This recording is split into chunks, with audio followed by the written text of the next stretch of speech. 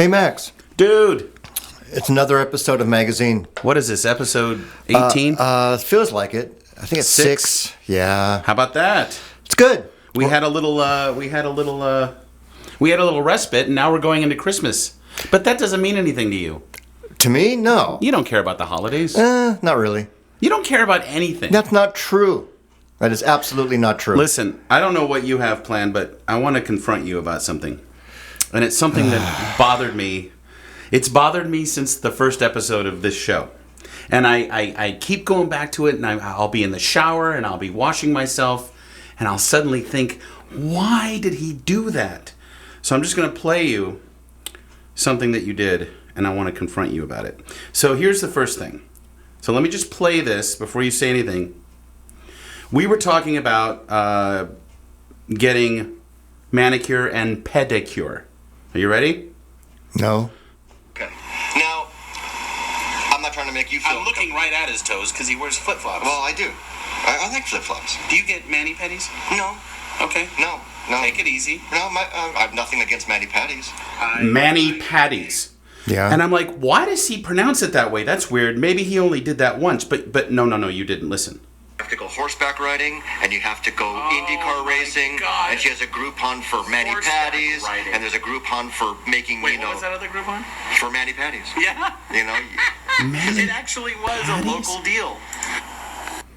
Why do you say mani-patties? Manicure, pedicure. It's pedicure, but it's not mani-patties. That's how I've heard it. When people do both, they get a mani-pedi.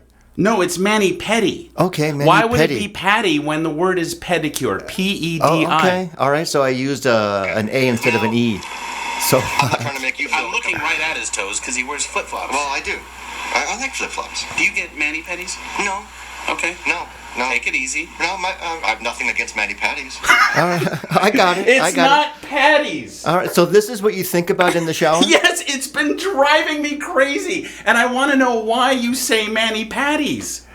It's not a burger. It's a pedicure. Maybe it should be. I'd be down with that. Why are you so weird? If I got my toes painted with a burger, I might be really into it. Why are you so weird? I've always been weird. But why do you say mani-patties? I thought it was patty. Pedicure. Okay, it's petty. Okay. You think anyone listening right now gives a shit? So you admit that it's mani-pedis. I admit it. All right, I want you to say mani-pedis. Mani-pedis. Good work. Thank you. I'm very proud of you. Okay. You're very bizarre. Okay. Mani-patties. All right. It's been driving me out of my nut. I think our work here is done. Thanks for listening, and we'll see you next time. Episode 6, Mani-patties. That's right. It'll be 17 seconds long. Maybe it is too dark in here. The man is wearing sunglasses in my studio. Yeah. Yeah, you're so fucking cool. No, I just like hiding my soul behind my sunglasses. No, but seriously, I appreciate the fact that when I come in here, you turn off the fluorescents. Yeah. Because those destroy my soul. I mean, fluorescent lights are so demoralizing. And you've got, see, it's very festive in here because you have it's too bad we don't have photos that we can put with the show, but you have, it's not Christmas lights, but you have these very nice dim bulbs. Yeah, they're like the little, kind of like, I don't know, club little bulbs. Yeah, you like know, you could have like a little a string. funky party in here. Yeah. I mean, it's a small space, but I don't know. Try to make it cool. There's an atmosphere in here. I'm trying to make it atmospheric. Have you ever taken like your fancy pictures with your fancy camera of your studio? No. You should try that I sometime. guess I should. Just for posterity. Yeah, well, I have you sitting in my studio. How long have you been in this studio? I've been here for 15 years. That's crazy. And has the rent ever gone up? A little bit. Not Okay. much. I'm lucky. The guy that runs the place doesn't raise me too much, so I can stay here. Do you like him, the guy that runs the place? Yeah, he's great. Yeah? He's great. Great guy. Now, does he, I've noticed, like, I'll go in the bathrooms and, I mean, they're not great, but they're fairly clean. Have you ever, because we are dealing with musicians, have you ever gone in there and there's just a horrible scene? It's terrible. Yeah? Musicians are animals. I mean, Like what's the worst you've ever seen in there? Well, it's Backsplatter, like everything. Like spray the bowl with and diarrhea? Everything. And people, I think, they're bathing themselves in the sink, and there's, pubic hair. They're and bathing themselves in the sink. Yeah. They're washing their armpits, asshole, crotch, and teeth in the sink. I think half of the musicians I meet were literally raised by wolves. Yeah. They're just awful. That's so gross. It's really gross. Do you wonder where all the sewage? I mean, it just. I don't wonder about sewage. Is this another shower thought you have? Once you start to think, though, the shower's going to come back around. Something else we're going to talk about, but once you start to think about the amount of. Just take this building. You got 2 toilets, 2 sinks. Fair to say in this building? Yeah. Constant stream of people coming. How many suites would you say are in this? There's about 15. 15. So how would you say, like maybe 3 people per suite at any given time? 3 to 4 if they're a full band. So I don't do math. So how many? You don't do math? How many people is that? 15 times 3. Is 45. 45. So 45 people, let's Roughly. say, on a really busy weeknight. Are using the bathroom. You know, 3 or 4 times. Just in this building alone. Right. The feces and urine and spit and slop and emittance that is coming out of them, their bodies' liquors, are going into the sewage in this one building. Now, think about how many buildings are just on this street and how many toilets those have. And think about beyond that. Once we get into the hills and the houses and how many people are doing things in there. And it's all going to what? The ocean. Your most favorite place in the world. Yeah. What are we going to do, Lorenzo? Going to have better sewage. Do you believe in population control? Yeah, I do. I do. Because you didn't have kids. I don't have kids. Well, neither do you. I know. But why did you make that choice? It's a bit multi-layered for me. One layer is that there's going to be 10 billion people on Earth, and I think it's too much for the planet, and I didn't want to contribute to that. Are you saying there's going to be, or there already is? There's about 7. There's 7 now, but there's going to be 10. In about 15 years, there's going to be another 3. Oh my God! So for me, I mean, people have kids. That's great. Yeah. I just didn't want. I just thought there's no reason to bring a kid into the world. Yeah. And but did you really do it for that reason, or that did was you do one it of them. That for was selfish reasons? Both. Yeah, a little bit. Yeah, that was just a layer of it, but it was definitely there. Yeah. It wasn't just something I didn't think of. I definitely thought about bringing another kid into the world. Right. And why? I mean, if I wanted to be a parent, I would actually adopt a kid already born. Right. And Like from Malawi. Malawi? Malawi? Yeah, what's Madonna? She's always getting kids from Malawi. Malawi. I guess. It's like an impoverished African country. Malawi? I don't know how it's pronounced, but she's got 3 or 4 little Malawians, doesn't she now? Probably. I have great friends that adopted a beautiful little girl from Ethiopia. Yeah. And it's a great thing to do. It just didn't work that way for me. I'm not against doing that, but the other selfish layer was that, I love to travel and I have my band and I love devoting a lot of the time to the things that I want to do. And if I have a kid comes first. So so it would come first. Totally. I mean, I definitely have that mindset. But your wife is home all the time. She could take care of a kid if you wanted to suddenly adopt. She didn't get that memo. She's not taking care of a kid. Wow. It's funny how it's the holidays and you mentioned Ethiopia. Remember when we were that's hysterical, in the 80s? How I mentioned Ethiopia during the holidays. But remember, it's Christmas time, there's no need to be afraid. And in our world of plenty, we can spread a smile of joy.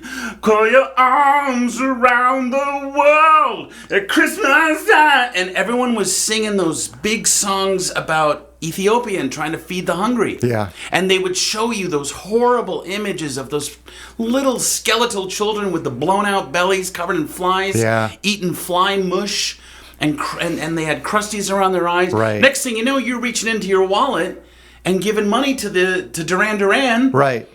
And what, there was Bob Geldof, and there was Live Aid, and there was Bono, and Bono, and then out here there was We Are the World, We Are the Children. They don't really do that anymore. Did it end poverty? No. No. Where'd that money go? Where did all that money go? Did they build, food centers and clean water facilities? I never saw anything. I saw Bono got a new car. Bono. Enough of him. So tired of him. I was never a big U2 guy. I differ there. I like U2. Yeah, that's all right. Okay. I like Bono. No, I'm not. He has got a great heart. I don't know I don't know if there's any accounting for any of that money. They raise hundreds of millions and billions of dollars. Yeah. And then you never hear about anything. Well, maybe they fixed it. Yeah, maybe people are... I don't see any commercials anymore of starving Ethiopian kids. They're all being adopted by your annoying friends. By Madonna. Yeah. Well, that's all I've got. Okay, we're done. Thank you for listening.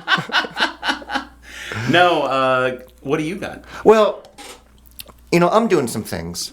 You're doing some things. We're both Okay. creative guys. Yeah. I have a band that's kind of getting off the ground. That's really cool. That's awesome. Are we And allowed to say who they are? We're allowed. The name. Can we ask the judges? And they're nodding yes. Yes. Thank you, judges. Thank you, judges. The They band, don't get any wine. We're called The Girl and the Glory. Right. And it's a very cool, edgy rock pop band. In the realm of Black Keys meets Neil Young and Crazy Horse, with a female vocalist. Okay. So she's the girl, and I guess we're the glory. Yeah. And it's really fun. All original, no covers. Yeah. And it's all just really rockin' groovy. How many songs you got? Right now we have about 10. And you write all the music, or? Yeah. Well, not me personally. We Right. do it, we all do it as a group. I see. But you write music. Yeah. So does she bring in lyrics? And... Oh, yeah. Okay. And vocal lines and... So who does she have the best musical collaborative relationship with in the band? Like, usually it's, the lead singer and the guitarist write all the songs together, and Yeah. then the bassist and drummer just jump in and lend their little thing. You know, But you're much more of a contributor. Yeah, I mean, well, there's a bit of what you just said, definitely. But we all throw in our ideas into the hat. It's Right. really a collective,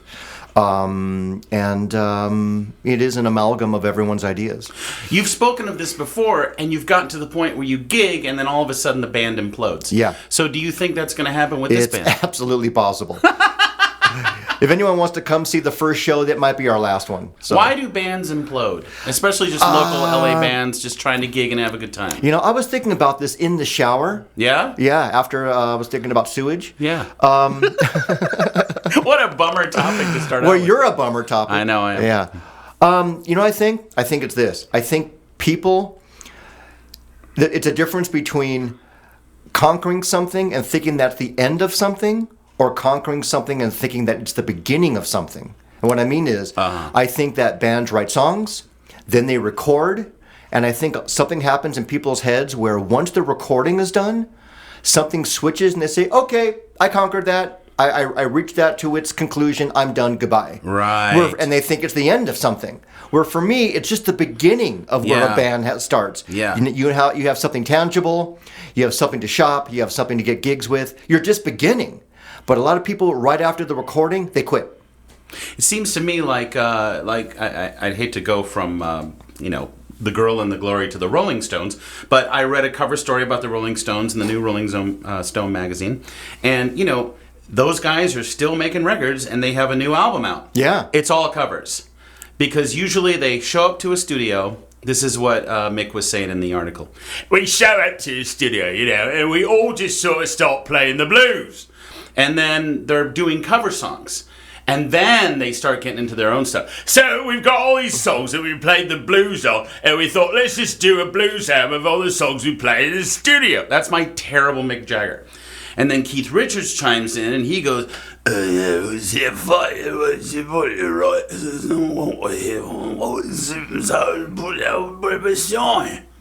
and next thing you know, they got a record. I just don't know how anything gets done.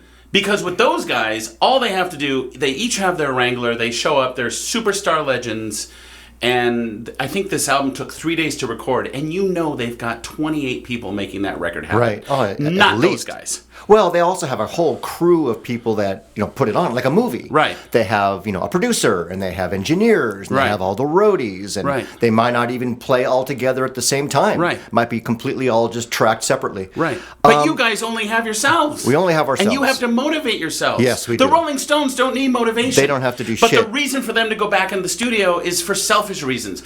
I don't want to do a new album of songs. I want to do a blues record of songs we play in the studio before we play the songs that we write.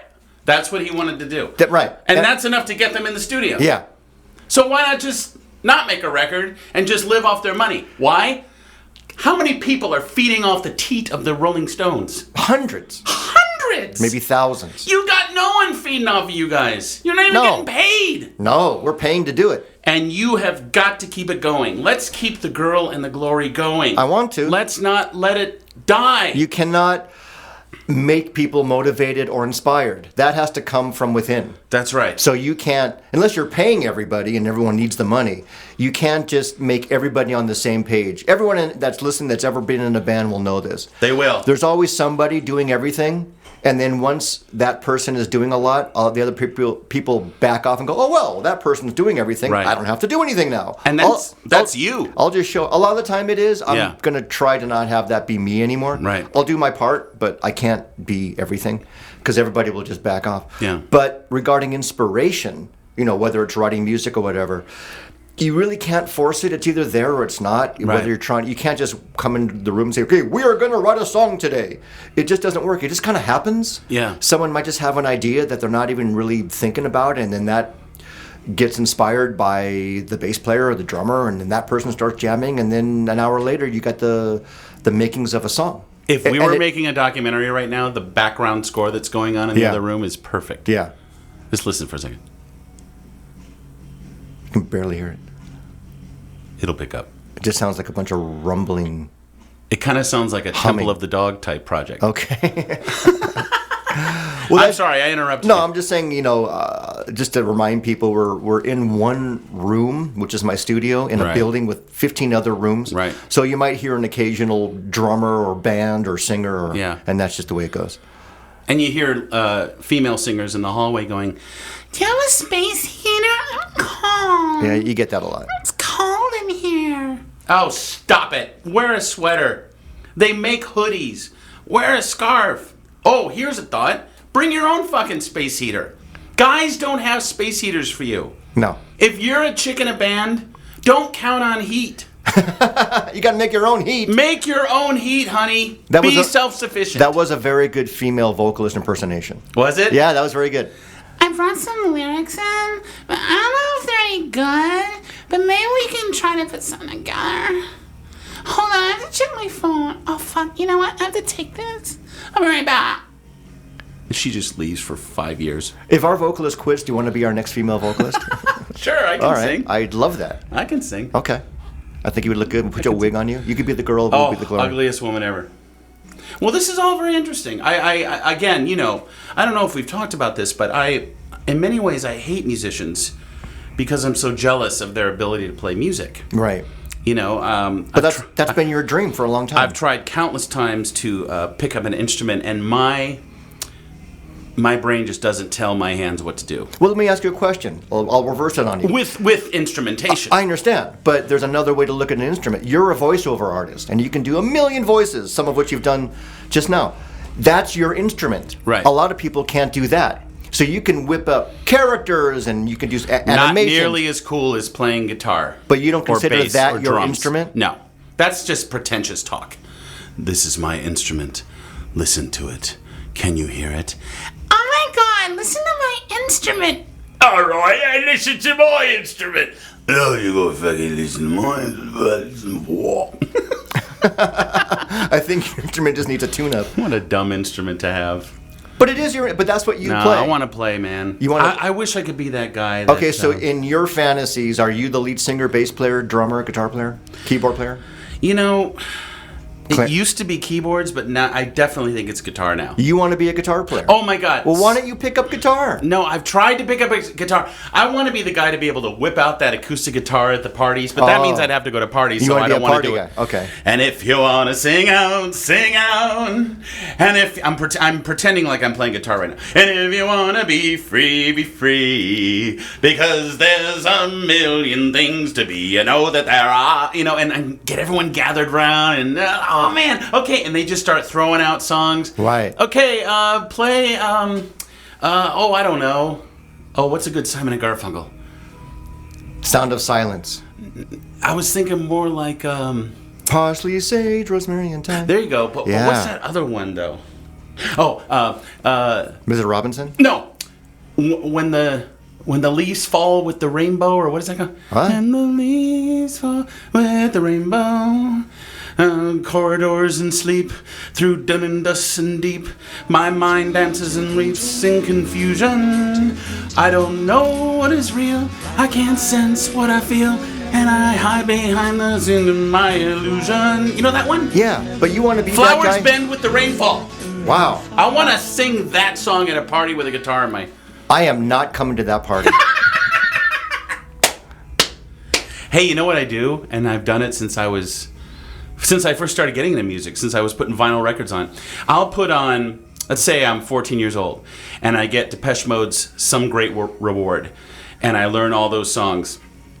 I will pretend I'm Dave Gahan, the lead singer of Depeche Mode. Like, I will pretend I'm singing behind a microphone, but it's me. These are my songs. Right. Like, their songs belong to me. Like, Yeah. I'm totally been that kid Right. who, and to this day, I'll do it. You're in the band. I'm in the band. The fantasy is happening. Yeah, And, yeah. and even though you're hearing the music, it's you singing it. Or if I'm Violent Femmes, I will do all the guys. Right. I'll do the bassist, and it'll be my friend Tony from junior high. I'll do the guitarist. It'll be my friend Colin. But it's as if we became the Yeah, Violent Femmes. that's right. And you're a rock star in your head for that moment.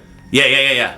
Yeah. Down, to the top of the stairs, can I mixed in? You do the drums. Terror, smoke, make a joke. You gotta grasp and reach for a leg of home. Words to memorize, words hypnotize. Words make my mouth exercise. Words all fail the magic prize. Nothing I can say when I'm in your thighs. Come on, mom. Why'd you stop? Well, we got a band. We were jamming. We got a band. Oh, we do? Yeah. I mean, we could do this. I will be hand claps, and you can be any lead singer you want. Just be hand clap guy. I'll be. It's just the two of us. We don't have to count on Brett Pearsons to show up. Instead of people coming to see us, we could be the band that clears the room at the end of the night.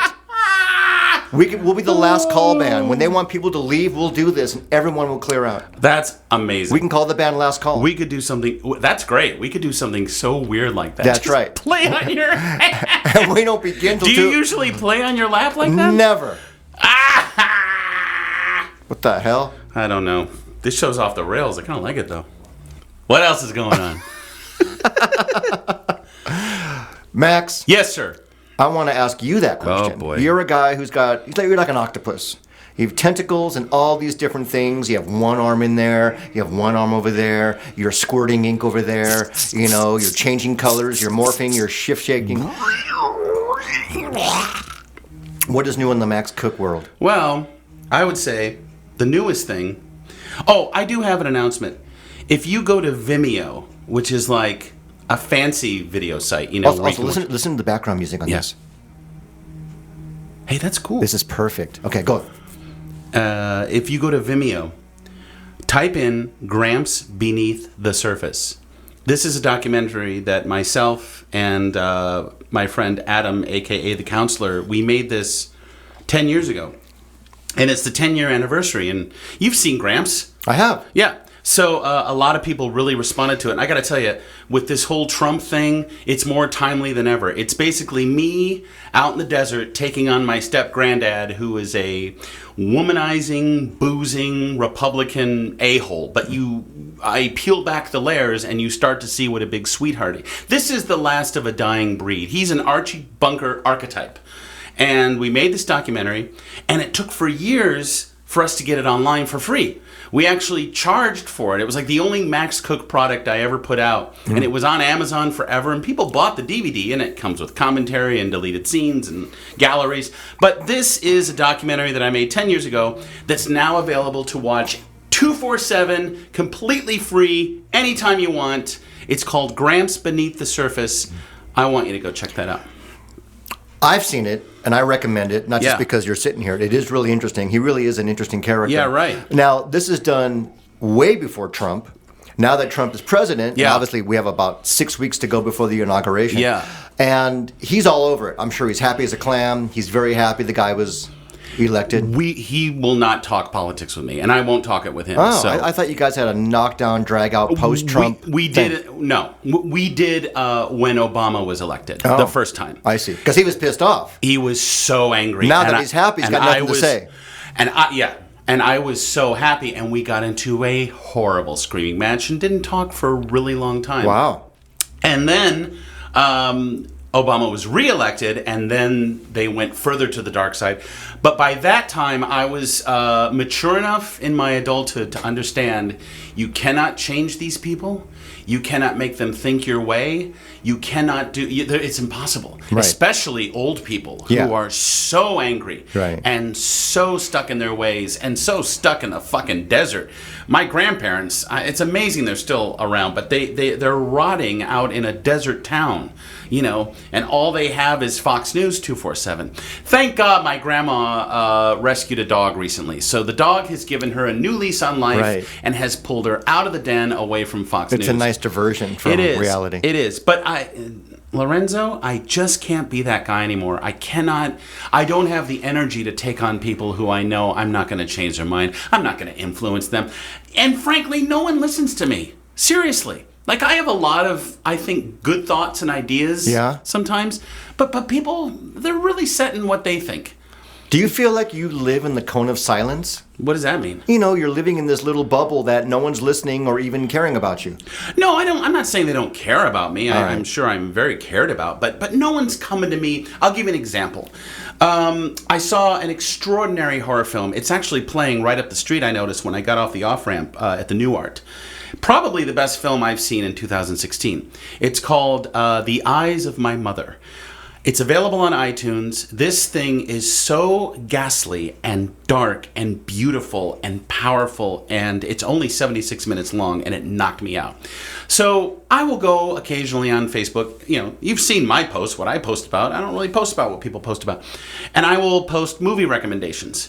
This guy chimes in. What is it about you and horror? Isn't the world horrible enough? Isn't this? Isn't that? I almost want to read you my response. I'm going to do that right now. It's not that long. But I responded very passionately because he asked me a question and I responded, and there was dead silence. So this guy, Steve, asks, so curious, why do you like horror movies so much? I get enough fear and apprehension in my everyday life. So when I watch a movie, I want to see two superheroes beating the shit out of each other. What is the draw for the horror buff? Are you ready for my answer? Yes. That he did not respond. Do you understand that he's coming to me with a question? Right. And I'm excited.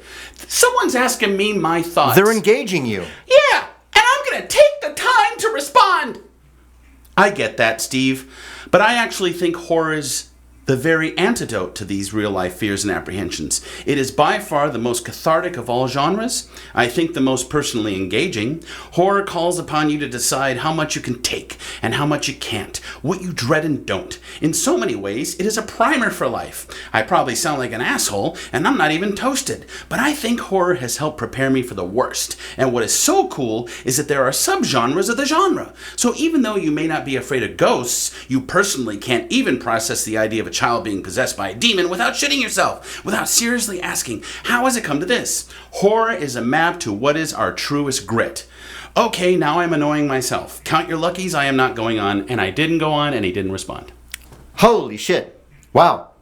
So when you feel like you give a response and then they're silent after that, it makes you feel like no one gives a shit. No one gives a shit what I'm saying. Why even talk? Why even engage in anybody? Why engage in any? And people wonder why I have been growing into reclusivity. There's just no point. You mentioned that before. No one's listening. I can't believe you even come here to record this shit. Because I love you and I have a lot of fun doing this. And this I consider to be a productive use of my time. Otherwise, you're not leaving your house. No. I mean, look, I have to leave my house. I'm going out to I'm being dragged to 2 musicals next week by my wife. And you love musicals. Oh, I got to go see Amelie and Merrily We Roll Along. That sounds like something I'd see. No, and then this weekend I took my wife out for her birthday. I took her to the Stinking Rose. I had to go see her perform in an improv show. I'm getting out. Okay, all right. I'm getting out. Good. But you need to get out. But the turtle head does peek back into the shell. So you're an extrovert introvert. You go back and forth. Yeah. You're hot and cold. But I've always been much more of an extrovert than an introvert, and now introversion is so much more appealing to me and self-protecting because again, it's like I didn't get that stung that he didn't respond, but it was a little like, okay. And I actually, like, another friend chimed in and I'm like, oh, well, I'm glad you're asking me a question now, but I'll respond to you in text because I ain't putting it on fucking Facebook. Right. You know what I mean? Right. But you got to let that go. You can't expect a response just because you're giving it. We all want it, of course, because it's some weird, validation that I think we all kind of need. Mm-hmm. But, otherwise you just feel like, well, you're just being blown off. Yeah. Why even do it in the first place? But at least you expressed yourself. Yeah, so go see Gramps on Vimeo, Gramps Beneath the Surface. And then, so as a result of that, I was taking a look at Gramps, and, I did that with Adam, but Adam is he has his own business, he's a self-made dude, he's got a lot going on. It's very hard for me to count on people. Right. To make my projects happen. Right. Just to recap, Adam is a guy that is a great... Yeah, he's one of my dearest good friends. friend, creative guy. You did another podcast with him back in the day. Yeah, we did over 100 shows of Mimosa, and we did the cutting room together. I brought him into the cutting room, and he did a great job there. And I love Adam. He's great. You know Adam. I do. We both interviewed you on the show. Mimosa. Yeah, you're just filling in the backstory. Yeah. But the point is, so I had to really count on myself to do things, because I enjoy documentaries and I love interviewing people. And I thought, well, gosh, if I figure out a way to hook up a lavalier mic to this current very fancy pants Canon camera I have, and if I get all the right tripods, and if I maybe get a little light kit, and if I maybe do this and I maybe do that, I could be a one-man band and go film whoever I want. Right. So I'm currently working on a little something that I think is going to be very special about my high school drama teacher. Oh, cool. And he's 86 years old. And he's retired, and he's just sitting around, picking his ass, watching All in the Family in the evenings, which is, again, more timely than ever. So I've been spending a lot of great time with him, and his wife, she's just a complete doll. She's been kind of like my AD. Mm-hmm. Yeah, he's kind of a legendary dude to a lot of people, and I'm kind of just telling his story a little bit and interviewing him and asking him a lot of questions and getting testimonials from his former students. So that's been a little bit of a passion project of mine that's actually given me some confidence. Because I come home with the footage and I dump it all into the laptop and I'm looking at this stuff and I'm like, wow, it looks good, it sounds good, and he's really interesting. Wow. And I can see myself kind of doing that.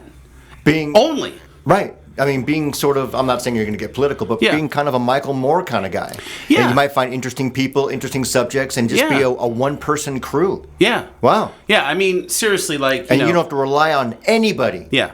My biggest hero. People are flakes anyway. Absolutely. One of my biggest heroes of all time is the great Huell Hauser, who is no longer with us. He was a Southern California staple on PBS. This was a guy who went out with one other guy, his cameraman. Right. And he had a microphone and the cameraman, and he went on adventures in California and gave us California's gold. I always think, gosh, even if I had just another guy to do camera for, and you've offered it before. Yeah. Imagine how that would expand my horizons. But that's down the road. So the point is I'm keeping busy. But the next thing you know, going back to showers, I had this weird little itch on my forehead. And it was bugging me. And I kept putting Neosporin on it. And I'm like, honey, will you look at this? And my wife's looking at it. And she's like, ew, it's like a weird little red triangle. I'm like, yeah, but it's not dark. And she's like, well, you need to get that looked at. I put it off, and I put it off, and I put it off. Next thing you know, fuck it. I go see the dermatologist. She's very, very sweet. But she goes, oh, yeah, that looks like a precancerous blemish. Holy shit. I'm like, add it to the list. Right. As it is. And I just realized this. I see you this Saturday night for teppanyaki You're at coming your house. over my house. The next fucking morning, dude, I gotta get up at 7 o'clock and go get an MRA. Oh my god! In your neighborhood, because I have my brain issues. Dude, it's amazing you're alive. I know. So I got a precancerous thing on my forehead. So she goes, oh, well, we'll just freeze that off. Right. And then in about a week, it'll turn into a dark scab. And then don't worry about it. It'll just fall off in the shower. Oh, God. So that's going to go down the drain, which is disgusting. Or, like, the drain, those little holes are small. So what if it'll get caught. You're going to be taking a shower with a caught scab in the future. So I have to do a follow-up with that in the new year. You never want to go into the shower again. Dude, I've got cancer, I've got a brain aneurysm, I've got a brain tumor, which they're calling a venous angioma. Wow. I've got chronic allergies. I mean, seriously, it is amazing that I'm still walking. And then on top of that, we're Yeah. living in, well, kind of a Trump, a Donald Trump era. Era. So you've got all of that going on. Doesn't it just make you want to just do more and have more fun in life? I mean, as a reaction to our impending doom. You're serious? Yeah. And Trump being elected, it makes me, I'm in a band and I'm creative. It just makes me want to rock harder. Well, dude. Instead of leaving my house and curling it up, I want to go out there and I want to see the world and I want to create and I want to rock even more. I love that. And people will ask, and again, I've been asked this, what's life about? What's the meaning of all this? And I always say, and it's so simple, but I truly believe it too, just what you said, to have as much fun as fucking possible. Absolutely. Before this all goes to shit. Before you're just fucking dead. Yeah. Could happen tomorrow. I mean, why else are we here? One moment your forehead is beautiful, the next moment it is riddled in scabs. Drinking wine is amazing. I love it. Having orgasms Love is it. amazing. Playing music is amazing. Love Making documentaries is amazing. It's all- Watching beautiful horror films is amazing. I mean, there are things that can be good. We're very preachy right now. I know. Wow, where did this Well, come listen, I think it's a reflective time. We're going into the holidays, which again, I know it means nothing to you, but Yeah, it's okay. I overdid it. I've already set up my Christmas tree and my anal probe Santa and all of my wonderful little things. Are you going to put a little scab on the forehead of the Santa?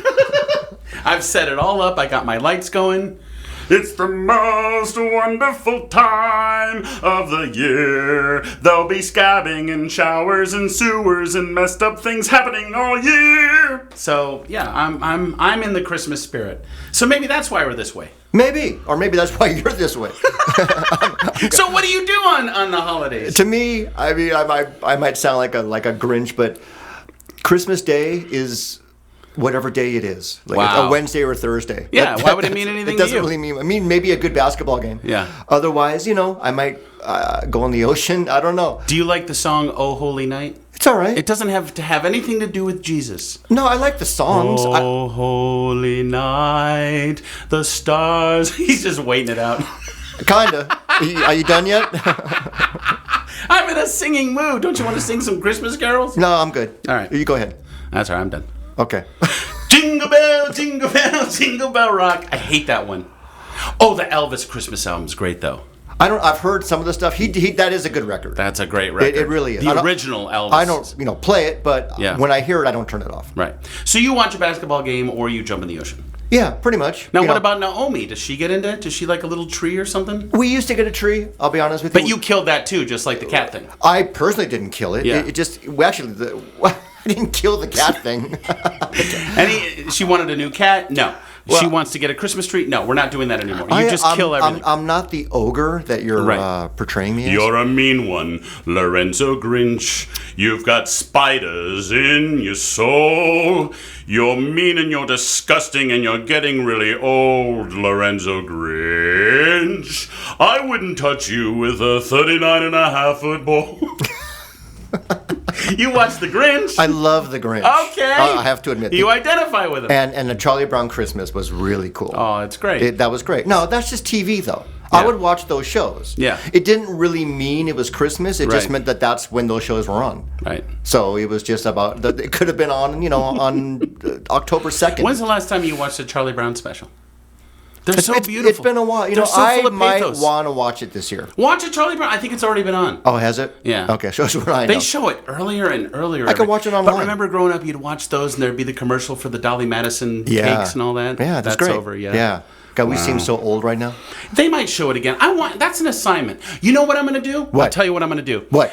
I have a Charlie Brown Christmas on DVD. It's only 23 minutes. I'm going to bring it Saturday night. Bring it. Why don't we watch a Charlie Brown Christmas together? Absolutely.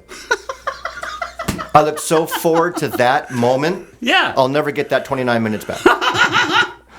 Warn Naomi that that's going to happen. Okay, it'll and be a I'm lot going to of get her fun. some nice white wine. Well, Max, Yeah. I wish you a very happy holidays. Thank you. You too. Thank you, sir. I don't wish you that. Oh, thank you very much. I wish you a great game. Thank you. What team plays on Christmas Day? That's a good question. The Lakers might play. The Lakers might play on Christmas Day? That might happen. Well, you know that Jack will probably be there. Probably so. I don't give a fuck if it's Christmas. I'm not about to miss a Laker game. Hey. This was fun, Max. Always a pleasure. It's always good to see you. Let's right. try to have another episode before the new year. I don't know. It could be tough. Could be tough. We'll try. All right, people listening. I just feel like we should go out with a holiday bang. Is this our holiday bang This show? is our holiday bang Holiday show. bang show. Holiday bang. Everybody. We'll see you in the new year. Happy holidays, everybody. Happy New Year.